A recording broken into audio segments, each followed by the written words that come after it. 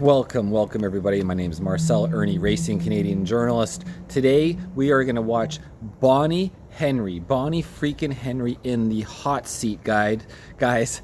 She's going to be pulling a Freeland and Trudeau combined, trying to avoid answering the questions about the legalization test, this experiment of legalizing drugs in British Columbia, led by fake doctor, owned doctor, globalist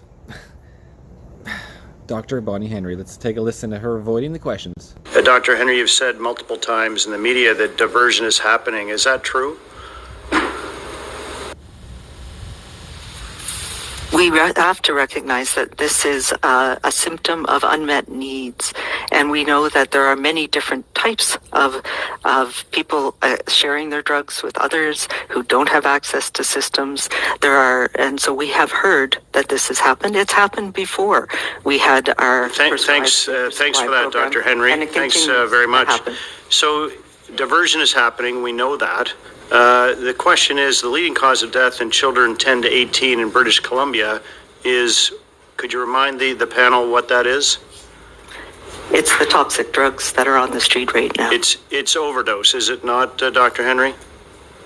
It's the toxic drugs that are on the street right now. So you can tell this panel equivocally that no so-called safe supply is part of the overdose deaths in 10 to 18-year-olds in your province? Well, you will have known that the chief coroner just put out a report on that this week. And while hydromorphone, which comes from a variety of different sources, was there in a small percentage of young people who died, it was not the sole substance found and was not the cause of death. The cause and the challenge... Thanks for that, Dr. Henry. You know, the big thing... Excuse me, Dr. Henry. What we do know is that hydromorphone has been found in 10 to 18-year-olds who've died in your province due to overdose. That's disturbing to me. I don't think that I asked you a question, Dr. Henry. Dr. Henry, excuse me. This is my time to ask you questions, so please, if you'd be respectful of that and answer the questions, that would be incredibly helpful. When we talk about legalization, has the import and supply of heroin ever been allowed in Canada? I'm not sure what the question is. Are we talking about legalization? Well, we probably should be, because I believe in your statement, ma'am, you've said what we're doing with legalization around cannabis, etc. You also have talked about monitoring safety of the product. So in the long term, that would be a way to counter the toxic street drugs and take away business from organized crime. Absolutely. So it would appear... See guys, Bonnie Henry, she knows where he's going with this. She already knows where it's going about heroin. Who is making money off of the safe supply? What businesses are happening or being created? Is the government taking over being the drug dealer, the big government drug dealer? Because that's exactly what's happening. From that, ma'am, that you are a supporter of legalization. Is that true? I think what has got us into the situation that we're in is prohibition, and we've seen that in many different situations over time. So we saw that with alcohol prohibition, we see this with cannabis, and I think legalization and regulation minimizes harms. So you would be a supporter of legalization of hard drugs such as opium, heroin, cocaine, methamphetamine? I don't think the term hard drugs is a term that... I don't think that I asked you that, ma'am. Stop gaslighting, freaking Henry. What I asked you is, would you be a supporter of legalization of hard drugs such as methamphetamine, cocaine, heroin, and opium? Would you support that? I believe that legalization and prohibition is the cause of the issue. So legalization and regulation minimizes harms of all drugs. Is that a yes or no, Dr. Henry? You're being very obtuse in your answer. I'm not being obtuse. I'm being truthful in what I believe. There she gave a Trudeau Freeland her little snicker in her face, right? Just lying through her teeth. She is clearly complicit. Either she's being threatened to do these policies for her own health's sake, or she's complicit and involved in making money off of it with all her Trudeau friends. is that prohibition is one of the So the causes the question that is, has led Dr. to Henry, is would the you support crisis that we're legalization? in. I'll ask you I the do third sup- time. I support legalization and regulation Thank of you. drugs to minimize harms. Boom, boom. Do you know So she supports legalizing heroin, opium, cocaine, crack. She said it, guys. of the business called Fair Price Farmer that exists in your province? I know of it. And do you know that Fair Price Pharma arranged for the importation of 15 kilograms of heroin into Canada? That would be under the Health Canada regulations. I didn't ask you about the regulations. I asked you if you knew that they imported 15 kilograms of heroin. No, I did not. Thank you. Do you know a person named Perry Kendall? Of course I do. Perry Kendall was the provincial health officer in British Columbia. And have you Perry Kendall was the previous provincial health officer in British Columbia.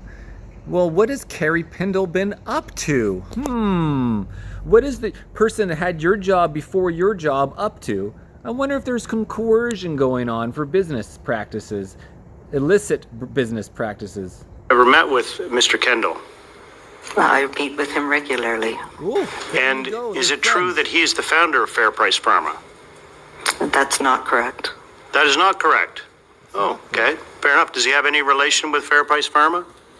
Not that I'm aware of right now. Has he had in the past? He has had in the past, I believe. And so he was Oh, look at her. She's kind of like swallowing right there. He's been in the past. I believe. So she says that she's not aware of the heroin that Fairway has purchased, that he has purchased as a co-founder. Wait till we get to this. He gets drilled. She gets drilled more about the co-founder and see if she flip-flops. an official in your government, not that you're the premier there, but he was an official in your government, and now he runs a company which has imported heroin into Canada. Is that true? No, that's not correct. That's your time, Dr. Ellis.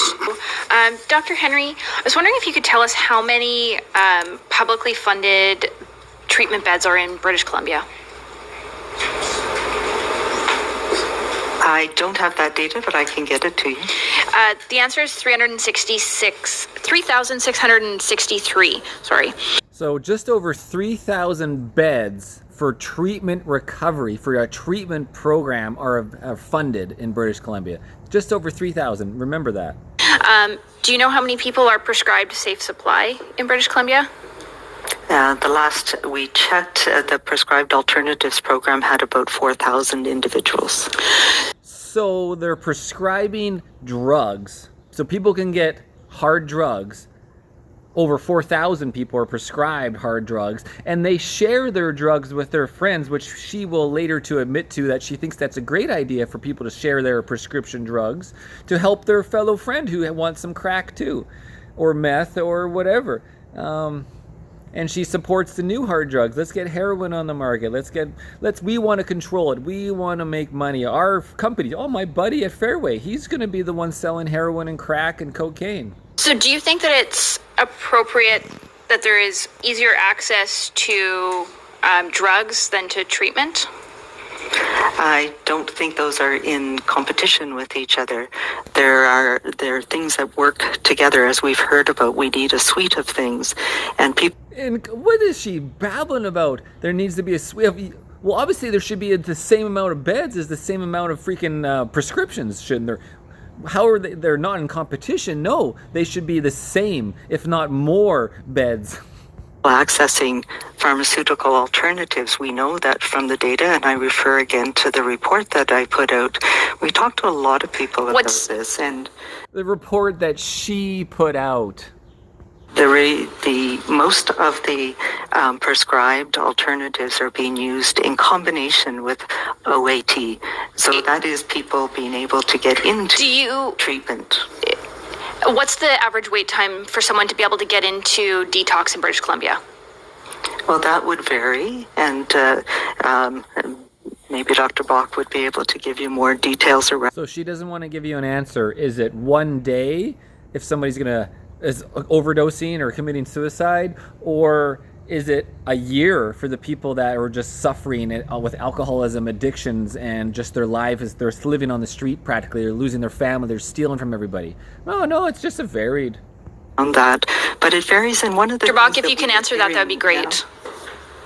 Certainly, it's going to vary tremendously depending on needs. Part of the road to recovery model has been streamlining that access. So for people who are deemed high priority, it's 24 to 48 hours for those who and certainly can be longer for those who there's a priority. Look at him looking to the sky, but how am I going to answer this question and not admit that we're freaking assholes that are trying to kill people?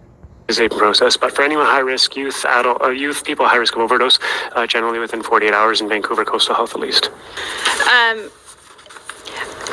According to the RCMP in British Columbia, nearly 2/3 of the detachment served communities do not have drug rehabilitation or treatment programs available. Do you think that's acceptable?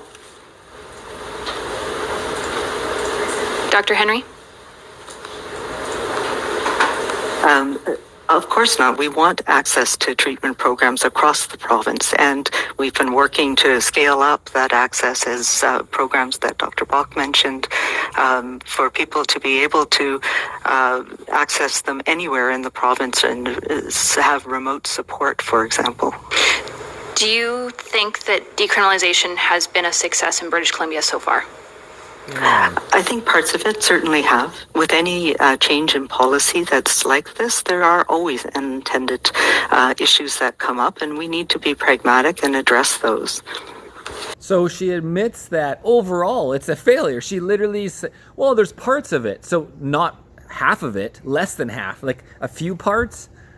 Oh, yeah, because we have this many people dying of overdose now. Oh, and because now there's crackheads and fentanyl users and meth heads downtown city of Kelowna, right on Bernard, smoking their pipe in front of the Ogopogo where the kids play on it. Oh, there's needles in the parks where kids play baseball. They have to do a needle cleanup every time there's a game on the field, the soccer field, the baseball field.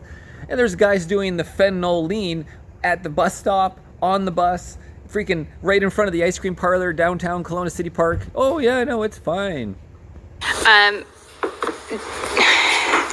So you think that having a record number of overdose deaths in the first year of a pilot project and having a premier beg the federal government to eliminate public drug use because it's been such a failure and people having to climb over needles to get to children's playgrounds is a success? I'm not sure exactly what you're talking about, but I think we also have to recognize that long-standing personal, social, structural stigma that keeps people silent about their drug use and creates these barriers is not going to go away in a few months or even a year. So this is one of a suite of measures that we need to do to take away some of those barriers that allow people to reach out and Thank you. Were any studies done on the impacts of children seeing open drug use before the legalization project went into play in British Columbia? I'm not sure what you're referring to. We don't have a legalization project. What a fucking... Not answering the question. That's a very simple question. Did you do any studies about the impact of children being around open drug users and drug use? What are the impacts on our youth as they learn and see, hey, Mom or Dad, what is this guy's, how is he standing upside down and balancing like that? Is that normal? Should I do that? Oh, look at these needles everywhere. What do I do with these? Were any studies of public drug use on children done prior to going into this dangerous pilot project experiment? I'm not sure what you're referring to, but one of the things that we do know kids are being exposed to people that are overdosed on the street. They're having to climb past needles on playgrounds. Parents are having to sweep the Abbotsford soccer pitch on a daily basis because they are exposed to drugs. I am asking, was anything done by the government of British Columbia to look at the impact of that on the development of our children before embarking on this project? Yes or no? Let's think about this, because there is perceptions and stories that we are hearing, and we have not. Oh, Bonnie Henry doing the Trudeau Freeland gaslighting, not answering the question. She is so owned by somebody or freaking involved. No. Any data that there has been increased public drug use before and after decriminalization. Do you have young children? I do not. Because parents are contacting me on a regular basis, telling me about how they have to sweep the playgrounds for needles and drug paraphernalia like crack pipes before they let their children play on community playgrounds. Do you think that's acceptable, yes or no? Of course it's not acceptable. We all have concerns about public Yes perceptions or no? and public use. But this has not changed because of a decriminalization of people has. who use drugs. Thank you, Dr. Henry. Thank you very much, Chair. And back to you, Dr. Henry. Dr. Perry Kendall, he was BC's public health officer before you, 99 to 2018. Is that true? He was the provincial health officer. That's correct. And you seem to have some trouble with this. Did she say from 1999 to 2018? That's a long stint as a public health officer. They have plenty of time to make wheeling and dealings with their fellow politicians. But the Vancouver Sun reported that in 2020, after retiring as the public health officer, he co-founded Fair Price Pharma. Is that true or is that not true? He was involved with it. I don't know his exact nature. He was involved with it. He is no longer involved with it. Right. He just asked her the same question again, and he has the proof in front of him, and she knows it. Was he a co-founder of Fair Price Farmer? And she said no initially. Remember, I pointed that out. She said, no, he wasn't a co-founder. That's incorrect. Well, now she's saying, well, I'm not really sure what he was involved in it, but I don't know anything. I don't know anything. I'm sorry? What did you just say? As far as I am aware, he is no longer involved. He was one of the co-founders of this company that imported 15 kilograms of heroin into Canada. You must remember that any importation of drugs into Canada is Dr. done Henry, under please, Health Canada. this is not your stage to grandstand. This is to answer some very pointed questions. So the questions would be is, you know, he was the co-founder of a company that imported 15 kilograms of heroin into this country. And the answer, of course, is yes. Do you know a Dr. Mark Tyndall? I do know Mark Tyndall. And is it true that he's the former executive medical director of the British Columbia Centre for Disease Control? That's correct. And former deputy provincial health officer under Dr. Kendall, is that true? That's correct. And he started a company called My Safe Society, is that true? I don't remember the name of it. It could be. Okay, well, let's say it this way then. He started a company was to supply so-called safe supply harder morphone from vending machines. Is that true? From biometric machines, I believe so, yes. Fair enough. And that company then received $1.3 million from Health Canada's SUAP funding. Is I'll that take true? your word for it. Well, thank you for that. Oh, Bonnie Henry's friends are making money off of these safe supply there, Doctor. Yeah. They're importing heroin into Canada and selling it, or will be selling it. And they're making drug vending machines. Doctor's just unloading some groceries. You're asking me for things that are not the details that I'm aware of or that I know of. They're happening in your province, though, and you are the chief public health officer. That company also received $3.5 million in funding. And the government gives these contractors, who are her friends, funding to run candy machines for these drugs. Isn't this crazy? The government pays these private individuals that her associates to sell drugs. So not only do they make money off the drugs, their government is paying for them to set up the business with millions of our taxpayer dollars. Thank you for that. And that being said, are there other companies that you know of in Canada that have the dealer's license to legally possess, produce, sell, and distribute drugs such as opium, heroin, cocaine, and methamphetamine?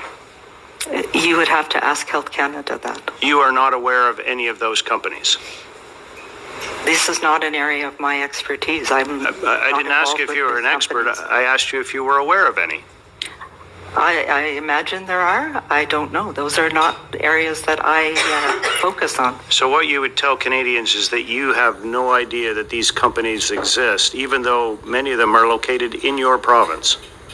I would say that all of the companies, and as part of my role as provincial health officer, I don't meet with industry, whether it's industry related to drugs or industry related to vaccines or any other thing. So those are not areas where I have detailed knowledge of companies.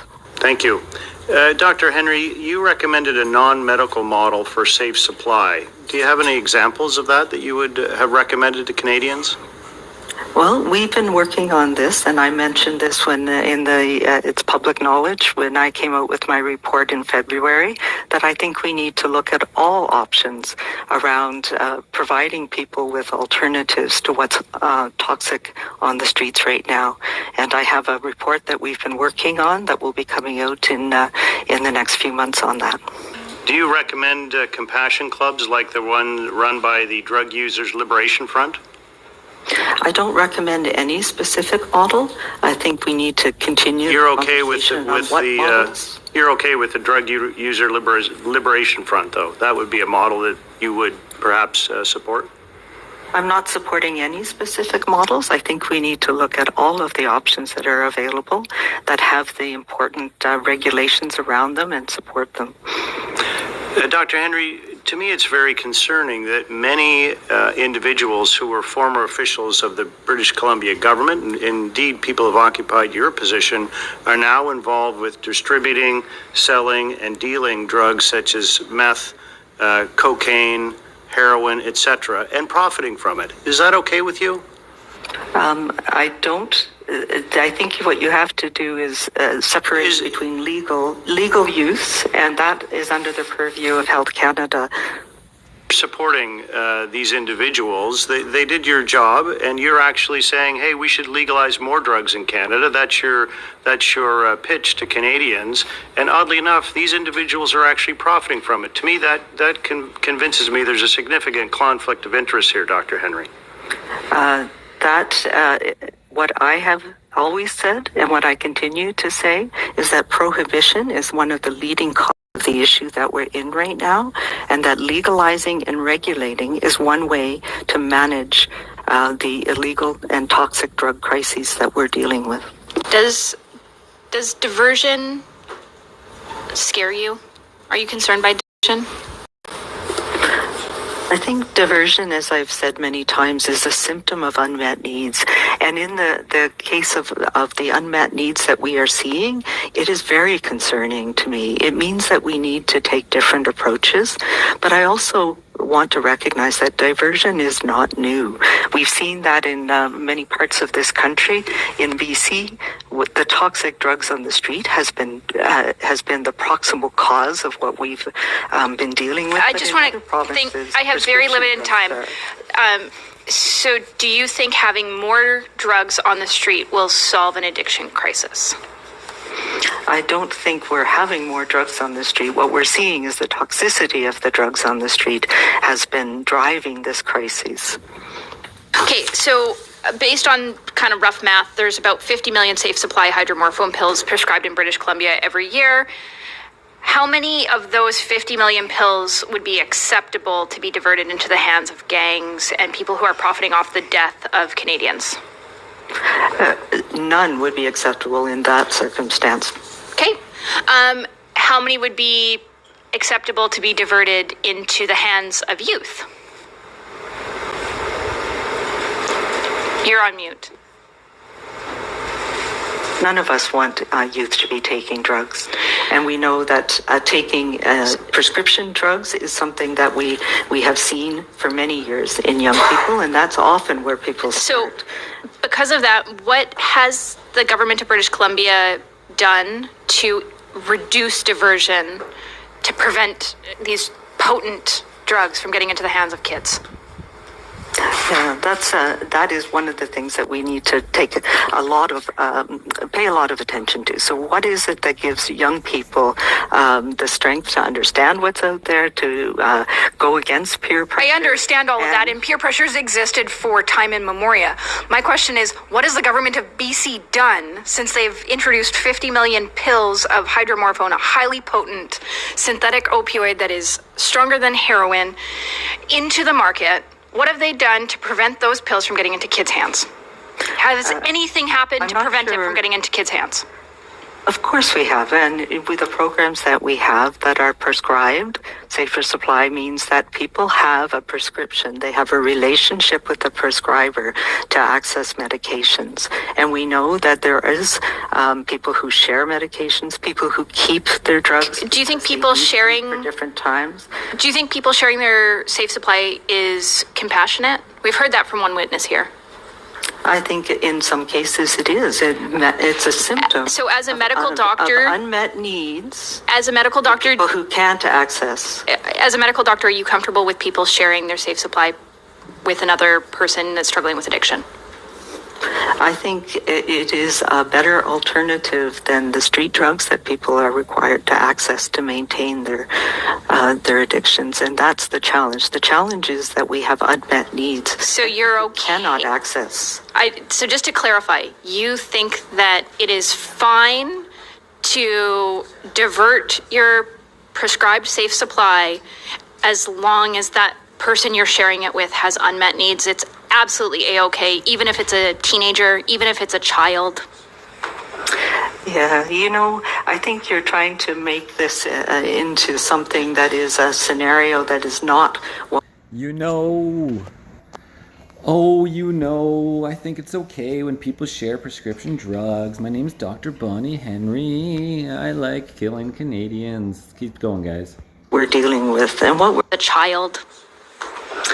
Yeah, I think you're trying to make this into something that is a scenario that is not what we're dealing with. And what we're dealing with. But it is what we're dealing with. It's what we're hearing. To access programs. So we do need to do better at providing people with the medications they need to get them on that road that we all want people to be on of recovery. What is the wait time approximately for a child, 12-year-old in Cranbrook, British Columbia, to get access to detox? I don't have an answer to that question. Do you think it should be immediate? Absolutely, if that child needs it. So do you think a child needs it, they should have access to supports from somebody who is trained to understand their needs? So a child is able to support them. A child that is addicted to drugs that ends up in the ER in Cranbrook, Alberta, in Cranbrook, British Columbia, do you think that they should be released because there is no detox space available? I think they need to have a relationship with a provider that supports them for their needs at that moment. Absolutely. Thank you. Someone that is desperately seeking help is meeting their needs? What a joke. She just called her out. When somebody goes to the hospital and they're released because there is no aftercare of the hospital of somebody who is an addict on the verge of dying, they get released because there is no aftercare. And she's like, well, I wish it was, I wish, but we're just going to feed him more drugs for free and we won't have to deal with him. I'm sorry, I couldn't hear that question. It was cut off. Do you think releasing someone that is desperately seeking help is meeting their needs? I think it depends on the situation that person's in, and absolutely, we want all children to have the supports and the connections that they need. Well, guys, that was like suffering through Freeland Trudeau. Just a major Trudeauism. What was that word again? Is in terms of gaslighting and everything. I gotta look it up. That's what it was. She's Trudeauing. That we do need that word in the dictionary because this is what she is doing. She is Trudeauing, guys. What do you think? Make sure you like, subscribe. Let's get this Canadian journalist page going. Hopefully it won't be shadow banned like the Ernie Racing channels. That's why I made a whole new email, new account, everything. Let's hope this channel will survive.